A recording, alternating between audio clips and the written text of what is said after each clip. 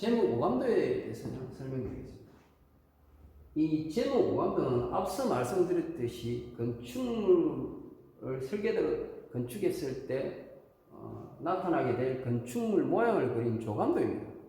즉 설계도면 제일 앞에 붙는 조감도죠. 조감도인데 왜 까마귀 오자로 바꿔서 오감도라고 했느냐?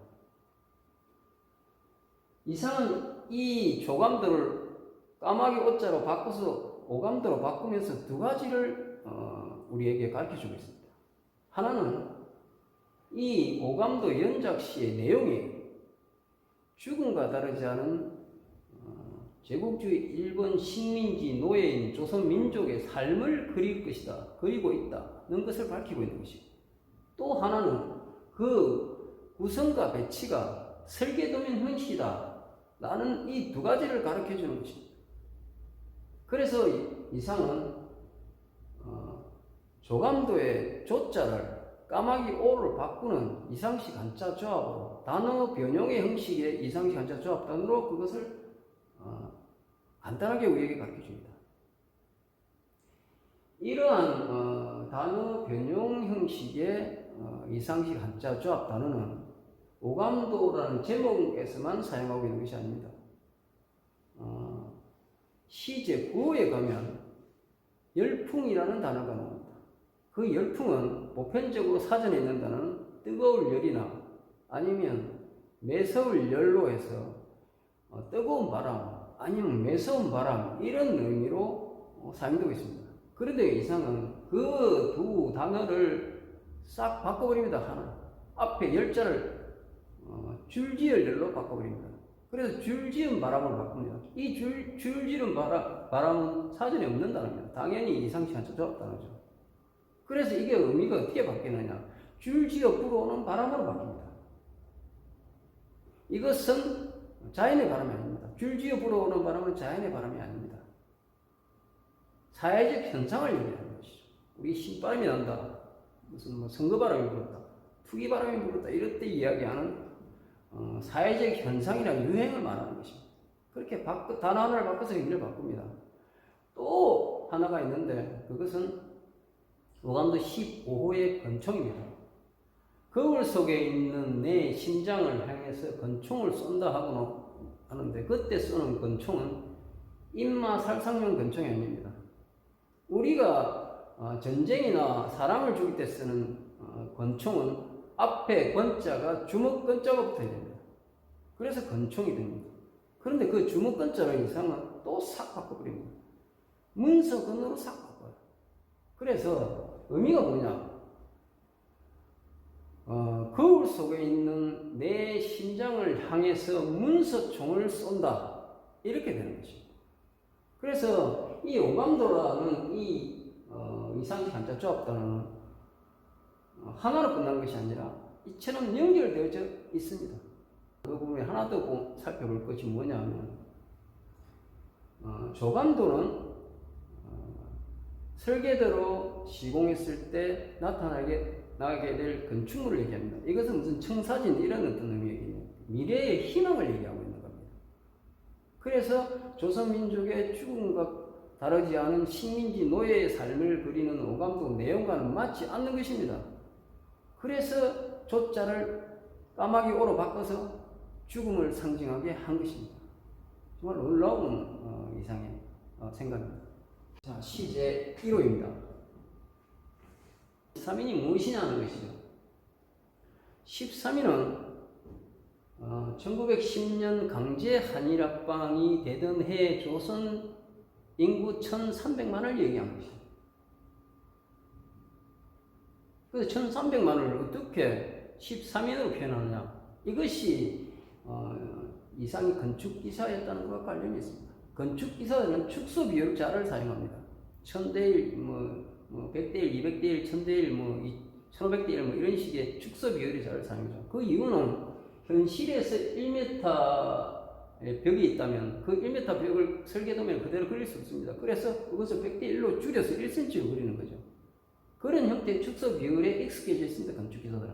그래서 1300만을 13인으로 100만 대 1로 줄여서 표현하는 것입니다. 이런 축소 비율을 적용한 표현 방식은 오감도 시제 4호와 오감도 시제 7호에 또 나옵니다. 하나로 끝나지 않습니다. 그래서 그런데 13인의 예해가 나옵니다. 이게 13인의 예해를 아예로 다 지금까지 그 심도 읽어봤습니다. 그러나 아예로 읽으면 안 된다고 이상이 오감도 시제 6호에서 가르쳐 줍니다. 뭐라고 하느냐? 이상은 강제 한일 합방으로 조선민족의 중축이 상충되고라고 해요. 조선민족의 중심 축이 죽어 작아졌다.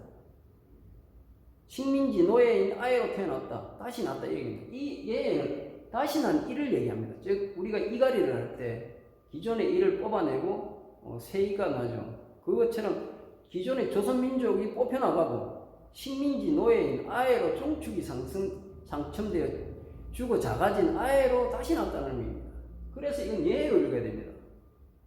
1300만 조선민족이 식민지 노예가 되었다는 얘기입니다. 그래서 도로로 질주하고 있습니다. 도로는 뭐냐? 1930년대 도로, 그 이전에 이후의 도로는, 그 시대 얘기하는 도로는 신장로를 말합니다. 신장로. 이 신장로가 뭐냐? 강제 한일합방이 되고 첫 번째 총독으로 왔던 데라우치가 총독으로 오자마자 바로 대대적으로 실시한 일이 신장로 개설입니다. 전국 방방곡곡 구석구석 한 곳도 빠지지 않고 신장로를 개설했습니다. 큰 도로를 개설했죠. 즉 왜 그렇게 했냐? 이런 부분을 어떤 분들은 발전이라고 얘기하는 분이 있습니다. 그러나 이상이 그건 발전이 아니라고 지금 명백하게 증언하고 있습니다. 왜 신장로를 닦았겠습니까? 조선민족 구석구석 한 곳도 빠지지 않고 수탈해 가려고 하는 것입니다. 그것이 신장로의 목적입니다. 이상이 그걸 얘기하고 있습니다. 즉 여기서 도로는 제국주의 일본의 조선민족 수탈의 방식을 얘기합니다. 이런 식으로 제국주의 일본이 수탈한다. 나는 수탈의 방식입니다. 그리고 저 질주는 조선민족은 대대로 길에서 뛰지 않았습니다. 제가 어릴 때만 하더라도 길에서 뛰는 양반이 아니라고 얘기까지 했습니다. 그런데 저기 질주는 말이 채찍에 맞아서 달려가는 듯한 느낌의 질주입니다. 즉 저것은 무엇을 말하느냐? 식민지 약탈의 방식인 신장로로 내몰린 조선민족이 제국주의 일본이 명령하고 지시하는 식민지 노예의 삶의 방식이 질주라는 것입니다. 즉 식민지 노예의 삶의 방식을 얘기하는 겁니다. 그래서 이 첫 문장 13인의 예해가 도로로 질주하고는 1300만 조선민족이 강제 한일합방으로 중축이 죽어 작아져 식민지 노예로 다시 태어나서 식민지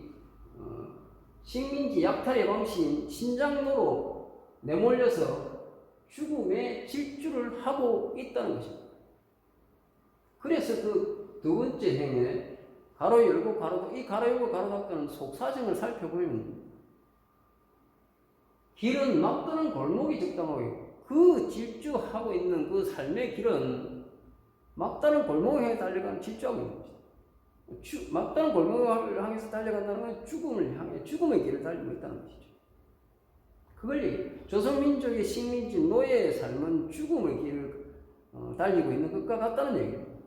그리고 그 연을 나눠서 제1의 예가 무섭다고 그리고 쭉 내려갑니다. 그러면서 이 연에서는 제10의 예가 무섭다고 그래요. 그러면서 연을 띄워놨습니다. 13까지 붙어야 하는데 왜 연을 띄워놨을까? 그리고 그 밑으로 제1의 11의 예가 무섭다고 그래요. 제12의 예가 무섭다고 그래요. 제13의 예가 무섭다고 그래요. 이렇게 합니다. 이렇게 해서 10과 3으로 띄워놨습니다. 그런데 여기서 주목해야 될 것이 제1의 예, 제2의 예, 제3의 예 이렇게 가면서 인을 뺐습니다.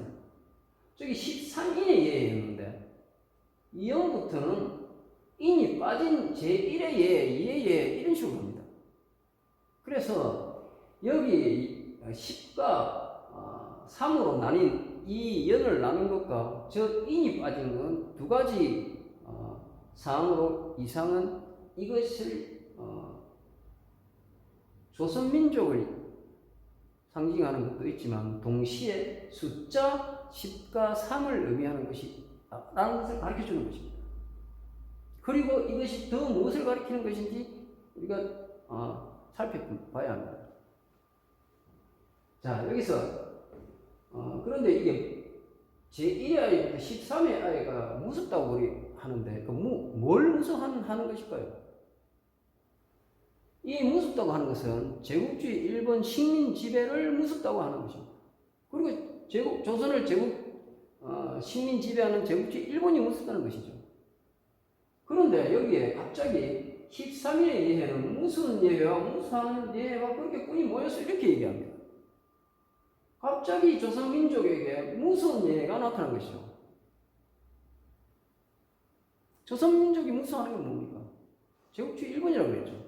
그런데 조선민족 중에 제국주의 일본과 같은 민족이 나타났다는 것이죠. 이것은 친일파를 얘기합니다. 조선민족이 무서워하는 제국주의 일본에 협조하고 앞장서고 협력하는 친일파가 나타났다는 것을 얘기하는 것입니다.